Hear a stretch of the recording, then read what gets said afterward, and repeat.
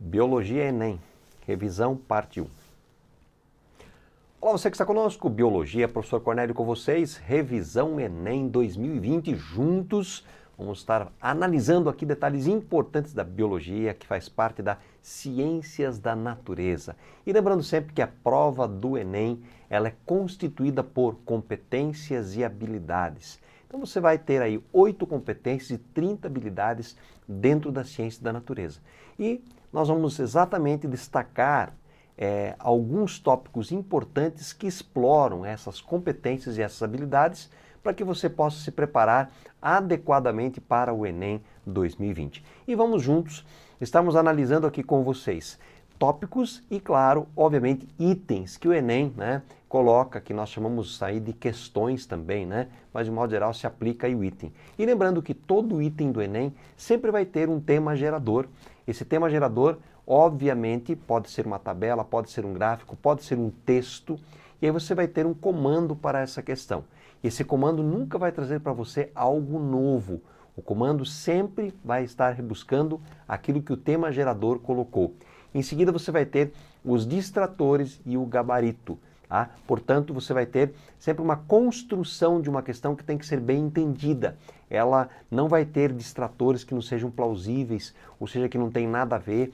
Você nunca vai ter no Enem uma questão que vai cobrar marca incorreta, por exemplo.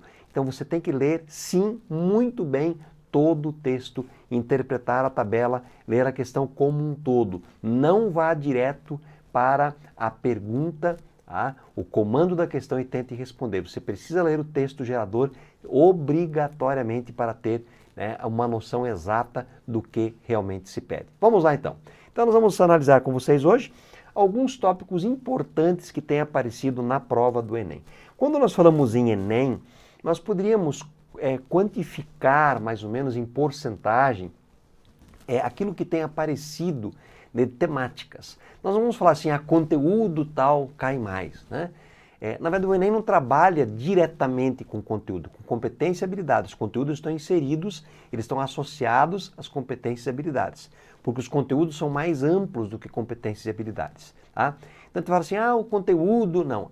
A competência e habilidade relacionada a temas ambientais, as competências e as habilidades, elas estão mais presentes. Assim como também na área de saúde, assim como na área de recursos tecnológicos e energia. Portanto, a gente tem que ficar muito atento a essa temática voltada à parte ambiental. E, consequentemente, ela pode estar enraizada com qualquer outra temática, porque a parte ambiental ela é muito ampla, pode estar ligado com saúde, com recursos tecnológicos, pode estar ligado com os mais variados aspectos das ciências da natureza. Então nós vamos analisar com você aqui algumas temáticas de suma importância. Quando a gente fala em questões ambientais, obviamente recordarmos de aspectos ligados à poluição do ar, da água e do solo.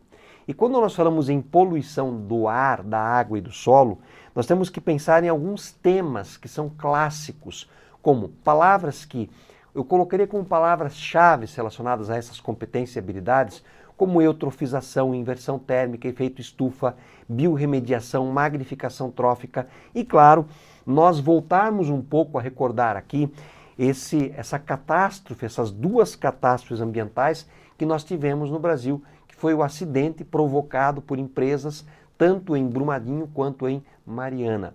Portanto, vale a pena a gente ficar atento, porque o Enem vai explorar, sim, questões que são questões de interesse, tanto individual, coletiva, de interesse talvez local, de interesse um pouco mais amplo, nacional, internacional. Então vale muito a pena a gente ficar atento a essas palavras-chave. O que é um processo de poluição? O que é uma poluição do ar? O que é uma poluição da água? O que é uma poluição do solo? O que é eutrofizar? O que é uma magnificação trófica? Fique atento com esses termos. Quando a gente fala em poluição, a gente fala em alguma coisa que incomoda, alguma coisa que polui, é aquilo que faz, de um modo geral, um efeito nocivo para quem se encontra naquele ambiente ou inserido naquele local.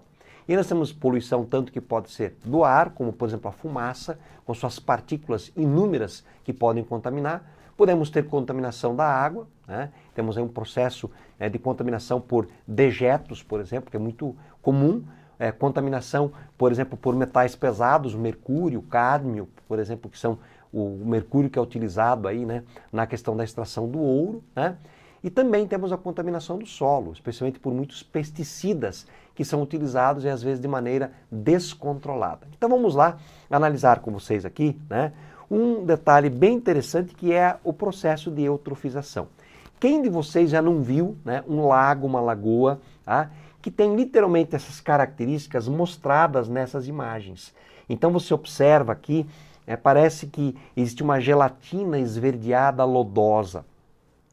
Então, o que é esse processo de eutrofização? Quando nós avaliamos a eutrofização, nós vamos analisar com vocês aqui, antes de eu fazer esse exercício, eu vou aproveitar esse espaço aqui para a gente poder comentar um pouquinho mais sobre esse processo de eutrofização. Então, quando se fala em eutrofização, se fala no lançamento de material, que são dejetos, material que pode ser um material tanto resíduo de cozinha, de banheiro, etc., que vão ser lançados na água. Então, na verdade, esses dejetos, eles têm bastante o quê? Nitrogênio, eles têm fósforo, eles têm potássio, e eles são colocados o quê? Na água. Então, na verdade, a gente poderia dizer que são o quê? São nutrientes, tá? São nutrientes lançados na água. E esses nutrientes lançados na água, eles servirão para quem? Para as algas. Eles servirão para quem? Para as bactérias. São organismos aeróbicos. Então, na verdade, quando você observa nesta imagem aqui, você vai verificar que aqui nós temos um crescimento excessivo de algas. Tá? Por quê? Porque tem comida. Eutrofizar, trofos é alimentação. Eu é verdadeiro. Então, na verdade, é literalmente dar comida para quem está na água, que são as algas, são as bactérias, etc. E esses seres, que são seres aeróbicos, como essas algas, né, e como essas bactérias aeróbicas, começam a se multiplicar. Só que tem um detalhe, como eles são aeróbicos, o que vai acontecer? O oxigênio presente na água, que já é em pequena quantidade. Por que o oxigênio em pequena quantidade? Porque ele é uma substância apolar, enquanto a água é polar, então eles não são miscíveis. Então a quantidade de oxigênio na água ela é pequena e ela vai reduzir mais ainda. Só que quando o oxigênio reduz na água, isso leva à mortalidade de quem? De peixes, de crustáceos, de moluscos, de todos os animais que necessitam deste ambiente oxigenado. Esses animais morrendo, o que vai acontecer? Agora sim, começam a aumentar as bactérias anaeróbicas, ou seja, aquelas que não utilizam o oxigênio. E essas bactérias vão literalmente decompor esse material orgânico. E aí, quando as bactérias fazem isso, elas decompõem esse material orgânico, liberam, entre outras coisas, metano. E daí dá aquele cheiro extremamente desagradável, esse cheiro de eutrofização, de coisa podre, literalmente. Então você tem, né, em lagos, em rios, um excesso de nutriente, que estimula o processo de proliferação de algas e bactérias aeróbicas, que retiram o oxigênio da água. Isso leva à mortalidade de seres que estão na água e necessitam de nutrientes, tá? Necessitam de oxigênio, necessitam, portanto, de condições adequadas. Eles morrem e as bactérias anaeróbicas, aquelas que não usam O2, se multiplicam e vão decompor aquele material orgânico, liberando como resíduo, por exemplo, o metano, que libera aquele odor extremamente desagradável. Então esse é o primeiro processo de contaminação que nós temos, que o Enem tem explorado muitas vezes. Às vezes, fique atento, essa eutrofização não é porque alguém jogou o lixo doméstico. Tá? Às vezes ela acontece lá no interior, na lavoura. Um exemplo clássico disso é quando faz uma adubação de arrozais. Como o arroz é uma planta gramínea ou poácea, não é uma leguminosa, o arroz não faz aquela associação com bactérias que fixam o nitrogênio. Então o arroz tem que ser o quê? Adubado. E quando esse arroz é adubado, né, o arroz é alagadiço, esse adubo, né, colocado no solo, muitas vezes pode ser muito além do que o arroz precisa. Quando essa água que está lá no arrozal alagadiço retorna para o rio, tá, ela leva muito material orgânico. Isso pode gerar o quê? Eutrofização. Então tem muitos rios no interior eutrofizados por esse motivo, por excesso de adubação. Tá? Então aqui nós temos um primeiro item que caiu no Enem 2015. que diz o seguinte, ó, a indústria têxtil utiliza grande quantidade de corantes no processo de tingimento de tecidos. O escurecimento das águas nos rios, causados pelo despejo desses corantes, pode desencadear uma série de problemas no ecossistema aquático. Então vamos imaginar que você tem aqui o rio, e esse rio literalmente está escurecido. Tá? Por quê? Porque tem muito corante. Então a luz aqui ela não vai passar, tá, pela superfície. Só que lembrem que a luz ela é essencial para um processo, que é o processo básico da vida, que é o quê? Que é a fotossíntese, que é a síntese através da luz. É pegar literalmente gás carbônico mais água através da luz e clorofila e produzir oxigênio e glicose, C6H12O6. Então, na verdade, aqui nós temos um processo de escurecimento das águas. E ele diz assim, considerando esse escurecimento das águas, o impacto negativo inicial. Então, qual é o impacto negativo inicial que ocorre? Tá? E a gente observe que você tem um texto que é um tema gerador. Olha que tema interessante. Está falando sobre a indústria têxtil que joga corante no ambiente aquático. Observem agora que você tem aqui um comando. Olhem só, se você lesse só o comando, não tivesse lido o texto, considerando esse escurecimento das águas, o impacto negativo inicial que ocorre você resolveria? Não. Porque você tem que ler o que é esse escurecimento. Beleza? Então você depende do texto que é o tema gerador. Ok? E aí, claro, você vai ter aqui o quê? Eutrofização, proliferação de algas, inibição da fotossíntese, fotodegradação da matéria orgânica, aumento da quantidade de gases dissolvidos. Você observa que todos os itens têm lógica. Não tem nenhum item fora de contexto. Tá? Você não vai encontrar item fora de contexto. Só que aqui nós estamos tendo um problema com a luz que acaba não ultrapassando aquela capa escura. Então nós não estamos tendo um problema de jogar muita comida. Tá? Nós não estamos tendo um problema de, por exemplo, colocar um pesticida, mas de luz. Falando em luz, obviamente, nós temos que falar num processo, né? Se nós olharmos aqui, do escurecimento das águas, o impacto negativo inicial, tá? Então esses corantes, o escurecimento das águas dos rios causados pelo despejo desses corantes pode desencadear uma série de problemas no ecossistema aquático. Considerando esse escurecimento das águas, o impacto negativo inicial. Então o impacto inicial, tá aqui gente, é um processo inibitório da fotossíntese, a letra C, a nossa alternativa correta, ok? Beleza? Próximo item que nós vamos estar discutindo com vocês é o processo de inversão térmica. Gente, quando a gente fala em inversão térmica, fala em efeito estufa, lembrem sempre que esses dois processos são processos naturais. O Ornelis está me falando que inversão térmica e efeito estufa são naturais? Sim. Eles são acentuados pela ação antrópica, ou seja, a ação do homem, mas eles são processos naturais. Tá? Beleza? Acentuados pelo homem. Então nós vamos analisar aqui um processo de inversão térmica. Você vê nessa imagem, olhem só. Então nós temos aqui, por exemplo, um ar quente. Esse ar quente sendo menos denso, você observa que literalmente ele sobe. Tá? Ok? E você vai ter um ar frio que é mais denso, ele vai descer. Ele é aquecido, tá? E aí ele sobe. Então você tem um fluxo por convecção. Tá? Então é um movimento normal por convecção. Então dessa maneira, nós vamos ter aqui o movimento dessas massas de ar. O ar quente é um ar menos denso, ele sobe, o ar frio é mais denso, ele desce. Tá? Beleza? Agora, vamos ver aqui numa questão de inversão térmica. Num processo de inversão, vamos imaginar que nós tenhamos já o ar frio na parte inferior. Ah, Cornélio, mas o ar frio na parte inferior é muito comum no inverno. Exatamente. E o ar quente já está na parte superior. Obviamente que isso é típico de ambientes, ou de momentos climatológicos, onde a temperatura ela acaba sendo o quê? Mais baixa. Então, na verdade, esse ar frio aqui, e já sendo mais denso, estando sobre a superfície da Terra, né, ele demora mais para ser aquecido. Então esse processo aqui desse ar frio ser aquecido e subir e ser mais, né, leve ou menos denso que o ar quente que está em cima, demora muito. Só que imagine só que você está numa grande cidade como Tóquio, como Nova Delhi, como Pequim, como São Paulo, como Rio, tá?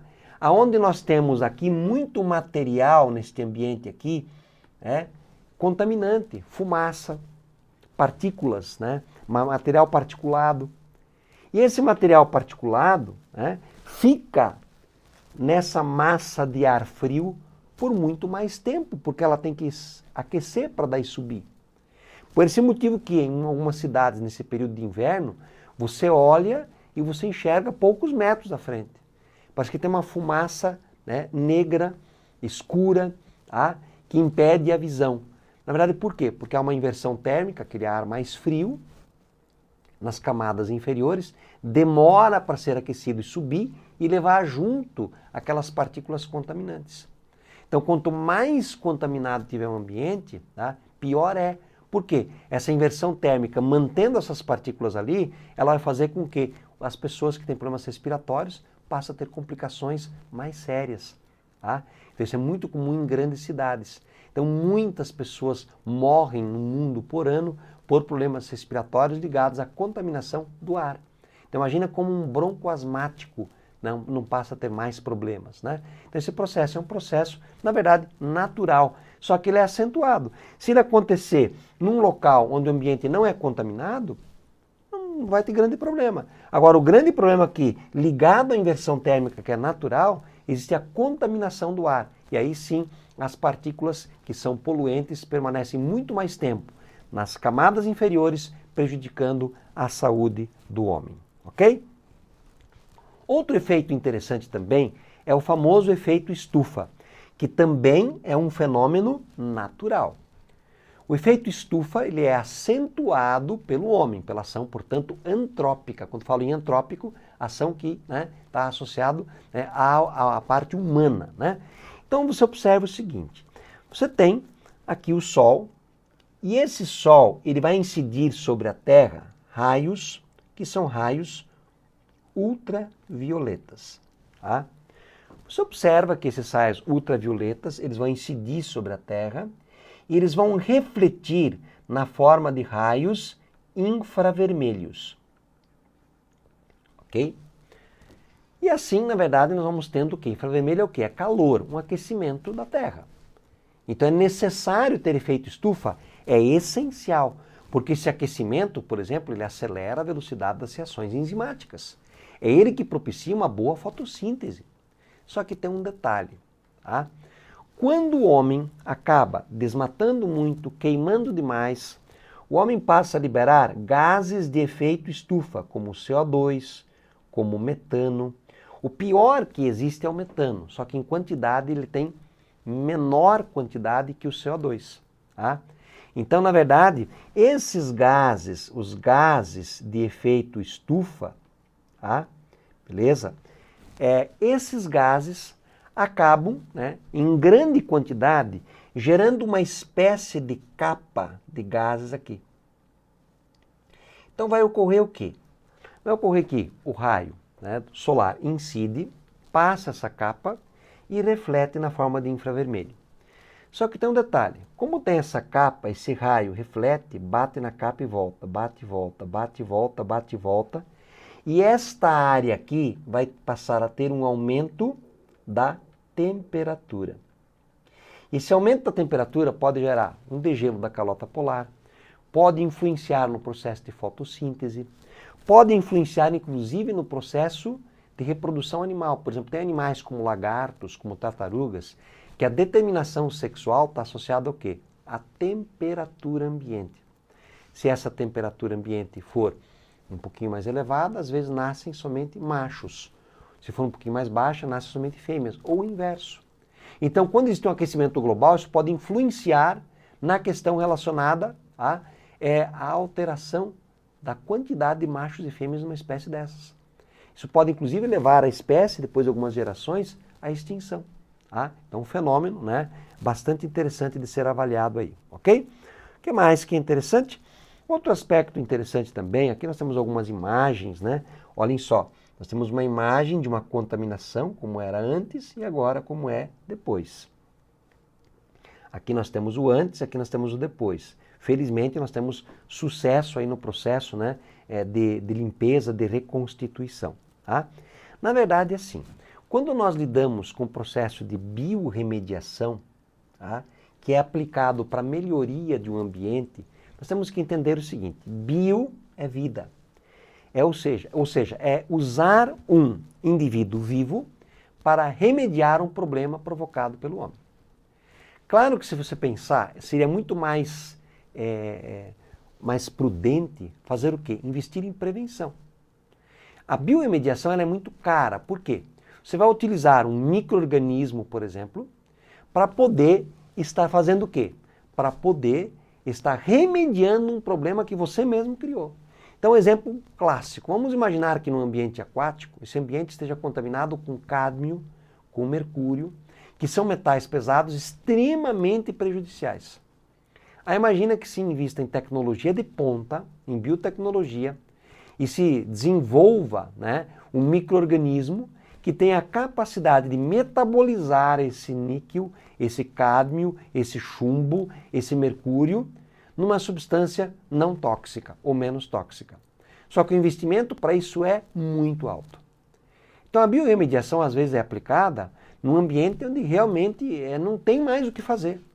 Então biorremediar é usar um organismo vivo, que pode ser uma planta, pode ser um fungo, pode ser uma bactéria, para remediar um problema provocado pelo homem. Beleza? Então esse é o processo de biorremediação. Ok? Agora, outro fenômeno também comum nas provas do Enem é a magnificação trófica. O que vem a ser o processo de magnificação trófica? Tá? Outra coisa que vale muito a pena ficar atento. A ideia de magnificar vem de aumentar, né? Trófos vem de níveis alimentares. Então você vai observar aqui, ó, olhem só, aqui nós temos a água, nós temos aqui os seres autótrofos, por exemplo, as algas, nós vamos ter aqui o zooplâncton, que são os micro-organismos que comem essas algas. Nós vamos ter aqui os peixes pequenos, que comem o zooplâncton. Aqui nós vamos ter peixes um pouquinho maiores, que comem os peixes pequenos. E aqui nós vamos ter os humanos, que comem esses peixes maiores. O que vai acontecer? Quando se lança, por exemplo, na água, e nós temos casos reais no Brasil, né, por exemplo, os índios Yanomamis, né, foram contaminados com resíduos de mercúrio em garimpos irregulares. Temos outras tribos indígenas que agora, né, saíram relatos de contaminação por mercúrio. Tá? Por quê? Quando se usa um metal pesado, por exemplo, esse metal pesado tem lá contato com a água, pode ser um agrotóxico, pode ser um metal pesado, pode ser o famoso DDT, que ficou famoso, né, por não ser biodegradável e se bioacumula. Né? Esse metal pesado está na água, os seres autótrofos passam a ter contato. Então as algas são contaminadas. O zooplâncton que come as algas, imagina que a contaminação aqui ocorreu, ele passa a ter uma quantidade de pesticida maior. Os peixes pequenos não comem só um pouco de zooplâncton, eles comem muito zooplâncton. Então a concentração de pesticida neles é maior ainda. Tá? Os peixes grandes comem vários peixes pequenos, então a contaminação de pesticidas é maior ainda. E o homem come vários peixes grandes ao longo da sua vida, então a contaminação no homem ela é maior ainda. Ou seja, ao longo da cadeia alimentar, quem mais vai sofrer exatamente é quem está no topo da cadeia alimentar. Porque vai tendo uma magnificação trófica, ou seja, vai tendo um acúmulo de pesticidas ao longo dessa cadeia alimentar, um acúmulo de metal pesado ao longo dessa cadeia alimentar. E no caso do mercúrio, ele provoca vários problemas neurodegenerativos, extremamente graves, cânceres e etc. Tá? Então é interessante ficar atento à magnificação trófica também. Tá?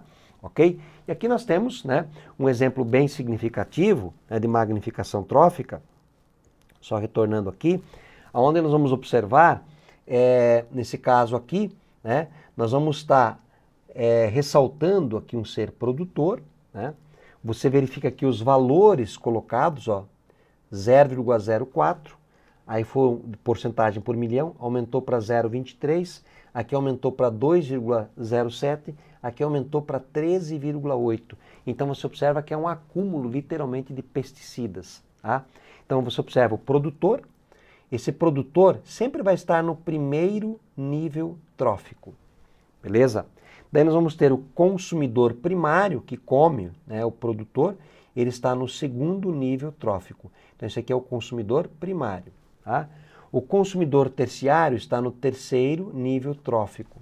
E o consumidor terciário vai estar no quarto nível trófico. Quanto maior o nível trófico, maior é o acúmulo de pesticidas. Beleza, gente? Então, a magnificação trófica. E ainda, né, o outro tópico que eu apostaria também, que tem grandes possibilidades de aparecer, né, são essas duas tragédias provocadas por essas empresas, né, no Brasil. E nós observamos, né, aqui temos a colocação da imagem para nós termos uma noção, né, olha que interessante aqui, do antes e do depois, né, vamos ter o rompimento da barragem em Brumadinho, e temos aqui, né, em Mariana, né, então nós temos uma noção do que, na verdade, do impacto gerado, né, então aqui nós temos uma imagem, né, de 2015, né, quando foi em Mariana, né, lamentavelmente, nós tivemos esse acidente, dimensões, assim, maior acidente do Brasil, da história, né, no sentido ambiental, tá? E o Brumadinho foi o acidente que teve o maior impacto no sentido, foi o maior acidente de trabalho, né, que já ocorreu no país. Tá? Então, na verdade, aqui nesse acidente, nós verificamos os rejeitos, né, como se usa a nomenclatura, sendo liberados e esses rejeitos indo, né, até o mar, né. Na verdade, o estado do Espírito Santo sofreu muito, né, com a questão dos rejeitos que foram sendo levados e chegaram na orla marítima, na praia, e a contaminação toda. Especialmente aqui, ele podia relacionar os metais pesados presentes nesses rejeitos e o dano todo provocado, beleza? Então tem algumas coisas que podem aparecer aí, tá? Outra coisa interessante no ciclo biogeoquímico. O ciclo biogeoquímico é outra coisa que pode aparecer. O ciclo do carbono. O ciclo do carbono está ligado, claro, ao efeito estufa, por exemplo. Lembrar sempre, olha aqui, ó, esse esquemazinho aqui é muito importante. Então você observa aqui, ó, que existem o quê? Ó? Combustíveis fósseis são queimados. Tá? O que se libera para o meio de um combustível fóssil? Gás carbônico. Tá? A decomposição libera o que para o meio? Gás carbônico. Tá? Num processo de respiração, o que nós liberamos? Gás carbônico. Beleza? Agora, claro, né? Quem que respira? Uma planta respira, os animais respiram, os fungos respiram. Tá? Então libera-se gás carbônico. Esse gás carbônico é utilizado para fazer fotossíntese. E aí a fotossíntese vai liberar o quê? O oxigênio. O oxigênio é usado por quem? Por seres decompositores, por bactérias, por seres consumidores, como nós, com seres produtores, como as plantas. Então, na verdade, gente, o processo de fotossíntese pega gás carbônico mais água e na reversibilidade. Claro, aqui vai entrar a luz solar e a clorofila. Então, na reversibilidade vai produzir o quê? O oxigênio mais C6H12O6. Aqui é a glicose, ok? Só que olha que interessante. Quando se fala em respiração, o que é a respiração? Isso aqui é fotossíntese. Tá? A fotossíntese é a síntese, é a produção através da luz. Agora, quando se fala num processo de respiração, tá? Na respiração nós vamos ter o quê? Nós vamos ter o oxigênio mais a glicose, tá? Que será quebrada e vai se produzir como resíduo CO2 mais água e será liberada uma enorme quantidade de energia. Claro que a respiração ela acontece nas mitocôndrias, tá? Enquanto que o processo de fotossíntese ele vai ocorrer nos cloroplastos. Só que se você observar essa reação de respiração, você observa que ela utiliza o CO2, o O2 mais a glicose para gerar CO2 e água mais ATP. Só que esse CO2 mais água, que são os resíduos da respiração, eles são utilizados aqui no processo de fotossíntese. Então, olha a relação que existe aqui. Tá? Quando a gente fala em ciclo biogeoquímico, a gente fala na capacidade de um elemento químico estar indo da parte viva, bio, para a parte gel, que é a Terra. Então você observa aqui, por exemplo, ó, o CO2 é transferido da atmosfera aos oceanos, né, pelo simples contato. Pode acontecer? Pode. O CO2 ele se transforma em carbonato de cálcio presente em conchas de animais marinhos, por exemplo. Tá?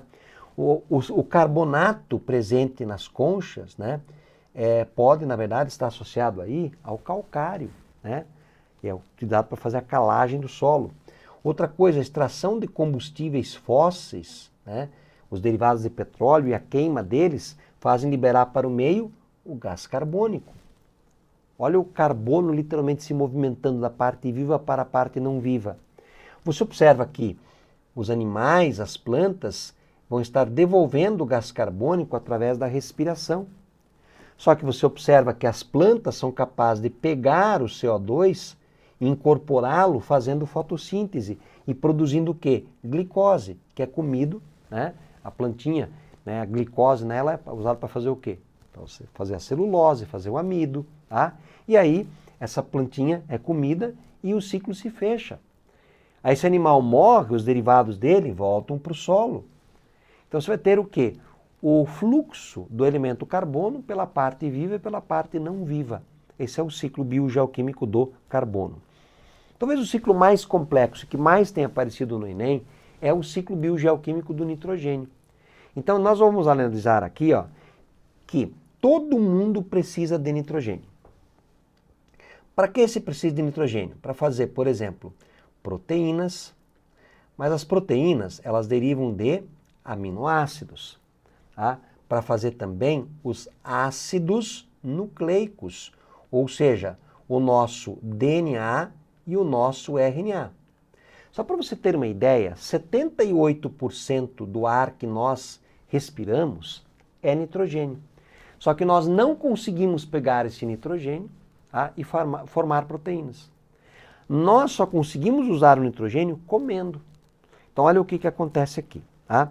Em algumas plantas existem nas raízes, creio que você já viu isso, raiz de um pé de feijão, raiz de um pé de ervilha, são plantas chamadas leguminosas. Tem pequenas bolinhas que a gente vai chamar de micorrizas. Essas micorrizas, na verdade, são o quê? São associações entre fungos e a raiz, ou bactérias e a raiz. O que esses fungos e essas bactérias fazem? A fixação biológica. Conseguem pegar o nitrogênio e conseguem converter este nitrogênio numa substância assimilável pela planta, que é o quê? Que é o nitrato, o NO3. Tá? Então pega aqui, ó, olhem só, o nitrogênio e conseguem fixar o nitrogênio. Tá? E aí a planta vai ter o nitrato. Mas pode acontecer também, por exemplo, ó, animais e plantas morrem.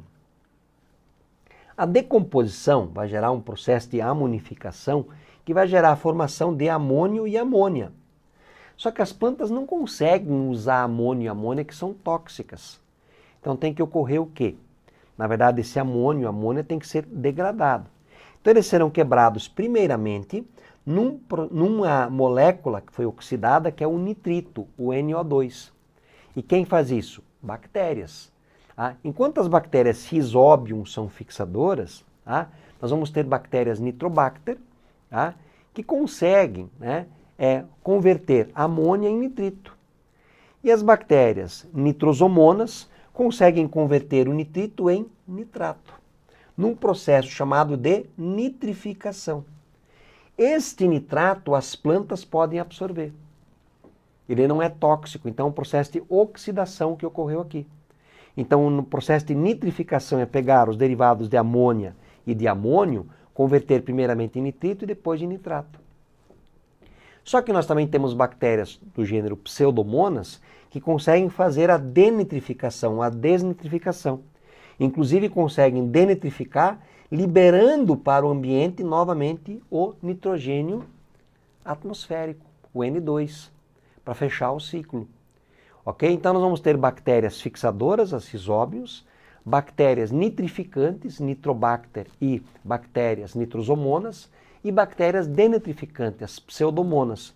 Então você vê que o nitrogênio ele está passando aqui, ó, de uma molécula para outra. Ó. A formação da amônia também é liberado em excretas, a conversão em nitrito, do nitrito em nitrato, a morte e a decomposição liberam amônia e amônio, os animais e plantas morrem, né? Então todo esse processo aqui é o ciclo do nitrogênio, beleza? Fique atento a ele, tem aparecido com frequência, tá? Então vamos analisar aqui alguns exercícios agora, alguns itens, né? Um alimento orgânico deve apresentar em sua embalagem um selo de uma instituição certificadora, garantindo ao consumidor que, além de ser um alimento isento de agrotóxicos, também é produzido com técnicas planejadas e controladas. A técnica de produção desses alimentos causa menor impacto aos recursos naturais, contribuindo para melhorar a qualidade de vida das pessoas. Nesse sistema de produção de alimentos vegetais, o controle de insetos é manejado por meio do, novamente, ó, o comando. O comando pelo comando não tem sentido. Você tem que ler o texto. Então, na verdade, ele está falando do quê? De uma técnica de produção dos alimentos que causa menor impacto aos recursos naturais, contribuindo para melhorar a qualidade de vida. Então, na verdade, nesse sistema de produção de alimentos, o controle de insetos que vai gerar um menor impacto é a prática da adubação verde. Isso aqui é para aumentar a quantidade de derivados de nitrogênio no solo. É o emprego da compostagem. O emprego da compostagem, gente, está associado aí, né, a dar um destino adequado ao lixo. O controle da irrigação do solo, o controle da irrigação do solo não tem a ver com o controle de manejo de insetos. Assim como também o uso de sementes inoculadas com rizóbio, que pode fazer o quê? Aumentar a fixação de nitrogênio. Agora, quando se usa um predador natural, por exemplo, uma joaninha para comer o pulgão, eu estou gerando um impacto ambiental, né, muito baixo. Tá? Porque eu não estou colocando um pesticida para matar o inseto. Portanto, impacto ambiental menor vai ser aqui. A nossa alternativa é a letra D como resposta correta. Ok? O que mais que é interessante? A cada safra, a quantidade de café beneficiada é igual à quantidade de resíduos gerados pelo seu beneficiamento. O resíduo pode ser utilizado como fertilizante, pois contém cerca, né, de uma quantidade de pectina, né, um polissacarídeo, né, também tem açúcares, né, fermentáveis como frutose, sacarose, lactose, bem como resíduos de alcaloides, né, que são compostos aminados que não foram extraídos no processo. Então, na verdade, nós temos derivados de carbono, de nitrogênio, de fósforo e assim por diante. Esse resíduo contribui para a fertilidade do solo. Por quê? Porque ele possibilita a reciclagem de carbono e nitrogênio, porque ele promove o deslocamento do alumínio, que é tóxico, porque ele melhora a compactação do solo por causa da presença da pectina, porque ele eleva o pH do solo em função da degradação dos componentes do resíduo, ou porque ele apresenta efeitos inibidores de crescimento para a maioria das espécies vegetais pela cafeína. Gente, obviamente, né, se nós olharmos aqui, alternativa lógica, nós estamos colocando resíduos gerados pelo quê? Pela safra de café. Então você vai reconstituir um material orgânico, vai devolver ao solo material orgânico que tem o quê? Carbono, tem fósforo, tem potássio, tem nitrogênio, tem cálcio. Então ele permite o quê? Reciclar, né, o que? Esses elementos. A reciclagem, um ciclo biogeoquímico se complementando. Você não tem, obviamente, não tem nenhuma lógica marcar a letra B, promover o deslocamento de alumínio que é tóxico. Ou a letra C, colocar no solo, esse material orgânico vai compactar o solo, compactar, vai ser o cara passar com um trator ali, né? A elevação do pH do solo, ele em algum momento fala do pH do resíduo? Não. A presença de inibidores de crescimento, porque tem cafeína. Por que a cafeína é um inibidor de crescimento? Ele falou isso em algum momento? Não, então não marque. Portanto, a nossa alternativa nesse item é a letra A. A poluição radioativa compreende mais de 200 nuclídeos, sendo que, no ponto de vista de impacto ambiental, destacam-se o césio 137 e o estrôncio 90. A maior contribuição de radionuclídeos antropogênicos, ou seja, liberados pelo homem no meio marinho, ocorreu durante a década de 50 e 60, com resultado dos testes nucleares realizados na atmosfera. O estrôncio 90 pode se acumular nos organismos vivos e em cadeias alimentares, em razão de sua semelhança química, pode participar do equilíbrio com carbonato, olha o derivado aqui de carbonato, e substituir o cálcio que está lá nos ossos, nos dentes, em diversos processos biológicos. O cálcio é usado para contração muscular, para coagulação, para formação de ossos, formação de dentes e etc. Aí olhem só, temos um texto que é o tema gerador. A pergunta: ao entrar numa cadeia alimentar, da qual o homem faz parte, em qual tecido do organismo humano o estrôncio 90 será acumulado predominantemente? Gente, observem que se você não tivesse lido o texto gerador, você não responde. Porque ele fala no texto gerador que o estrôncio, olhem só, ele diz que o estrôncio pode acumular-se nos organismos vivos em cadeias alimentares em razão de sua semelhança química com quem? Com o carbonato e substituir o cálcio. Então, na verdade, aonde que eu vou ter, em que tecido que eu vou ter grande quantidade de carbonato para substituir o cálcio? No carbonato de cálcio. Obviamente no tecido ósseo, né, gente? Então, o tecido mais abundante em cálcio, tecido ósseo, a nossa alternativa é a letra E. Seguindo. No quadro estão apresentadas informações sobre duas estratégias de sobrevivência que podem ser adotadas por algumas espécies de seres vivos. Então, você tem aqui o habitat, o potencial biótico, o potencial reprodutivo, o potencial de crescimento, a duração de vida, os descendentes e o tamanho populacional. Estratégia 1. É mais instável e imprevisível o habitat. O potencial biótico é muito elevado, claro. O habitat é instável, imprevisível, tem que tentar se reproduzir para poder alguém sobreviver. A duração da vida ela é muito curta, a reprodução é precoce. Os descendentes são muitos e com tamanho corporal pequeno. O tamanho populacional varia muito. Por quê? Porque as condições são desfavoráveis. Agora, a estratégia 2. Ela é mais estável. O potencial biótico pode crescer menos. Por quê? Porque o indivíduo, de um modo geral, tem uma vida longa. A reprodução é mais tardia. O número de descendentes é em menor número. Tá? E a população consegue se manter com um número mais ou menos constante. Aí ele coloca para nós aqui. Ó. Na recuperação de uma área desmatada, deveriam ser reintroduzidos primeiramente as espécies que adotam qual estratégia. Então eu vou recuperar uma área desmatada. Tá? Então eu vou ter que reintroduzir primeiro as espécies que adotam qual estratégia. Na verdade é fazer aqui um processo de sucessão, né? Sucessional. Né? Então fazer a sucessão que seria secundária. Então a estratégia 1, pois essas espécies produzem descendentes pequenos, o que diminui a competição com as outras espécies. Será que o fato de ser pequeno diminui a competição? Se pergunte. Estratégia 2, pois essas espécies têm uma longa duração de vida, o que favorece a produção de muitos descendentes. É isso que foi colocado na tabela? Letra C, estratégia 1, pois essas espécies apresentam um elevado potencial biótico, cresce muito, o que facilita a rápida recolonização da área desmatada. Cornélio, essa tem mais lógica, né? Estratégia 2, pois essas espécies estão adaptadas a hábitats mais estáveis, o que corresponde ao ambiente em uma área desmatada. É um habitat estável, uma área desmatada? Estratégia 2, pois essas espécies apresentam um tamanho populacional constante, o que propicia uma recolonização mais estável em áreas desmatadas.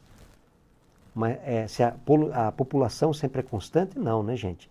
Então, na verdade, a nossa alternativa é a letra C, realmente. Estratégia 1, pois essas espécies apresentam um elevado potencial biótico. Isso vai facilitar essa rápida recolonização das áreas desmatadas. Portanto, o nosso item tem como resposta, como gabarito, a letra C. Gente, mais um aspecto relevante a ser considerado aqui, né, é a questão da cadeia alimentar. Então, nós temos aqui, né, os seres numa cadeia alimentar produtores, são aqueles que fazem fotossíntese, são autótrofos, ou fazem quimiossíntese. Qual que é a diferença? Na fotossíntese se usa luz como energia. Na quimiossíntese usa-se energia advinda de um processo químico. Por exemplo, uma oxidação de um nitrito para gerar nitrato. Libera energia. Então, na verdade, uma molécula inorgânica, né, sendo oxidada, vai gerar a liberação de energia. Então você tem energia de outra fonte que não é a luz. Então, essa energia vem de outra fonte que não a luz. Os consumidores são heterótrofos, eles têm que se alimentar de matéria orgânica pré-existente. Então podem ser os herbívoros, podem ser os carnívoros, podem ser os onívoros, tá? Que comem de tudo. Né? E temos os decompositores, que são saprófagos, ou seja, eles comem coisa podre, eles decompõem, eles pegam material orgânico e convertem em material inorgânico. Fungos, bactérias. Actinomicetos são espécies específicas de fungos. Né? Então nós vamos ter aqui, nesse caso aqui, ó, uma cadeia alimentar representada. Ó, o produtor, aí nós temos o consumidor primário. O produtor sempre é primeiro nível trófico. Consumidor primário, segundo nível trófico. Consumidor terciário, terceiro nível trófico. E consumidor terciário, quarto nível trófico. Tá? E assim por diante. O quaternário é o quinto nível trófico. Beleza? Temos uma cadeia alimentar representada. E o que é uma teia? É um conjunto de cadeias. Então você tem aqui, na verdade, ó, produtores. Quem que se alimenta da árvore, né, ou da planta, ou da verdura? Não é só a zebra. Tá? Beleza? Na verdade, pode ser o rato, pode ser o coelho. Beleza? Quem se alimenta do coelho? Não é só a cobra, pode ser a coruja, pode ser a raposa e assim por diante. Então nós vamos ter aqui, né, uma junção de cadeias alimentares. Beleza? Outra questão importante é a relação entre os seres vivos, isso pode aparecer. Então essas relações ecológicas, elas podem ser harmônicas, ou seja, não geram prejuízos, ou desarmônicas, aquelas que geram prejuízos. As relações harmônicas, elas podem ser intraespecíficas, ou seja, dentro da mesma espécie. E podem ser interespecíficas, entre espécies diferentes. Então, relações harmônicas ou positivas, a gente coloca mais. Tá? Intraespecíficas, nós temos a colônia. A colônia, por exemplo, de algas, colônia que nós vamos encontrar em bactérias, em corais, os indivíduos estão grudados a uma interdependência anátomo-fisiológica. E temos a sociedade. A sociedade, nós temos na sociedade a divisão em castas, por exemplo, em abelhas, tá? Nós vamos ter isso, em vespas aqui não, tá, gente? Em cupins, em formigas, são exemplos, né, de relações intraespecíficas. Relações interespecíficas, harmônicas, são entre espécies diferentes.